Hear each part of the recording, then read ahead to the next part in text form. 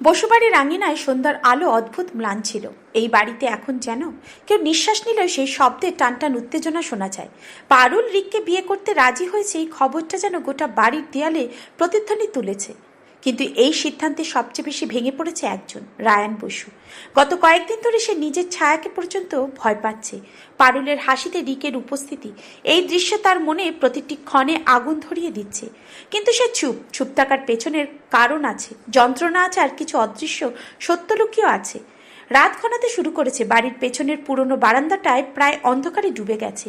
এই সময়টা সাধারণত কেউ সেখানে আসে না, কিন্তু আজ সেখানে দাঁড়িয়ে আছে রিক। মোবাইলের কারোর সাথে কথা বলছে। তার কণ্ঠে শান্তি নেই, আছে চাপা ভয় আর নিয়ন্ত্রণ করার ইচ্ছে। পারুলকে বিয়ের আগে সব ঠিকঠাক হয়ে যাক, কোনো ঝামেলাই চাই না।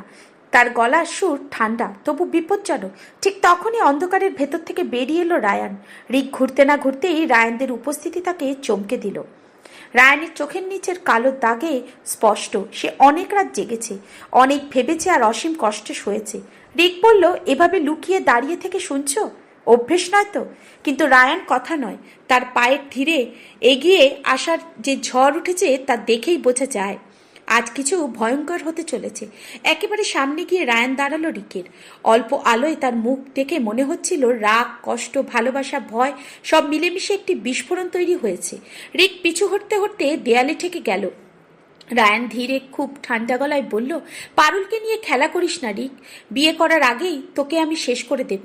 রিক তাকিয়ে রইল, হতবম্ব, নার্ভাস, কিন্তু অহংকার এখনো যায়নি। হুমকি দিচ্ছ? তুই তো কিছুই না। পারুল আমাকে বেছে নিয়েছে। রায়ান এবার আর নিজের ভেতরে আগুন সামলাতে পারল না। সে রিকের শার্টের কলার শক্ত করে ধরে টেনে কাছে আনলো। দুজনের নিঃশ্বাসে গরম হয়ে বাতাসে মিলছে, যেন পুরো বারান্দা পুড়ে যাচ্ছে। রায়ানের কণ্ঠে এবার আরও নিচে ভয়ঙ্কর। পারুল আমাকে বেছে নাওনি, সে সত্যি, কিন্তু আমার চোখের সামনে ওর একটা অশ্রুও পড়তে দেব না। তুই ওকে কষ্ট দিলে নিজেকে চিনতেই পারবি না। রিক এবার সত্যিই ভয় পেল। তার চোখে প্রথমবার অসহায়তার ছায়া ফুটে উঠল। ঠিক তখনই পেছন থেকে পরিচিত কণ্ঠ, কাপা, অবাক, ভয়ার্ত। রায়ান, তুমি ওর গলা ধরছ কেন? পারুল দাঁড়িয়ে আছে, হাওয়ায় ওড়না, তার চুল আর চোখে অদ্ভুত ধাক্কা। রিক ছটফট করে মুক্ত হওয়ার চেষ্টা করছে। রায়ান ধীরে হাত ছেড়ে দিল ঠিকই, কিন্তু তার চোখে এখনো আগুন জ্বলছে। পারুল এগিয়ে এলো দুজনের মাঝে দাঁড়িয়ে। তার চোখের প্রশ্ন, রায়ান এভাবে কেন আচরণ করছে? রায়ান পারুলের চোখে চোখ রাখতেই বুকের ভেতরের সব ঝড় আচমকা থেমে গেল। তার ভেতরের ভয়, ভালোবাসা আর রাগ সব একসাথে জমে গিয়ে বুক ভার করে তুলল। কিন্তু পারুল কিছুই বুঝতে পারছে না। সে শুধু দেখে দুই পুরুষের চোখে তার জন্য রক্তাক্ষয়ী যুদ্ধ শুরু হয়ে গেছে। পারুল ধীরে বলে, রায়ান, তুমি কি আমাকে কোনো ভুল পথে টেনে নিচ্ছ? রায়ান কিছু বলতে যাচ্ছিল, কিন্তু কথা মুখে আসতেই থেমে গেল। তার চোখে যেন হাজারো শব্দ জমে আছে, কিন্তু একটাও বের হচ্ছে না। রিক সুযোগ বুঝে বলল, দেখেছো পারুল, এই লোকটা পাগল।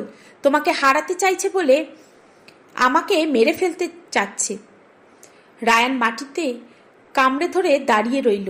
পারুলের দিকে তাকানেও তার চোখ দুটো কাচের মতো ভেঙে পড়ার অপেক্ষায়। পারুল কিছু না বলে পেছনে ফিরে চলে গেল। তার সেই হাঁটার শব্দ বসুবাড়ির করিডোর জুড়ে প্রতিধ্বনি তুলছিল। রিক ভয়ে দাঁড়িয়ে, আর রায়ান একা দাঁড়িয়ে সেই প্রতিধ্বনির মধ্যে হারিয়ে যাচ্ছে।